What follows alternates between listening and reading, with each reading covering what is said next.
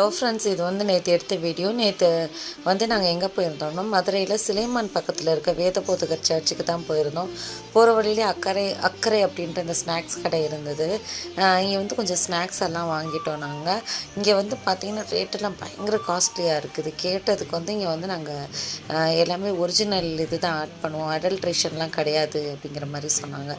அப்புறம் சர்ச்சுக்கு வந்துட்டு மாலை போட்டுட்டு கேண்டல்லாம் ஏற்றி வச்சுட்டு ப்ரேயர் பண்ணிவிட்டு பசங்கள்லாம் கொஞ்சம் நேரம் விளையாண்டுட்டே இருந்தாங்க. அப்புறம் நேற்றுக்கு லஞ்சுக்கு நாங்கள் வந்து மட்டன் பிரியாணி தான் ஆர்டர் பண்ணி எடுத்துகிட்டு போயிருந்தோம்.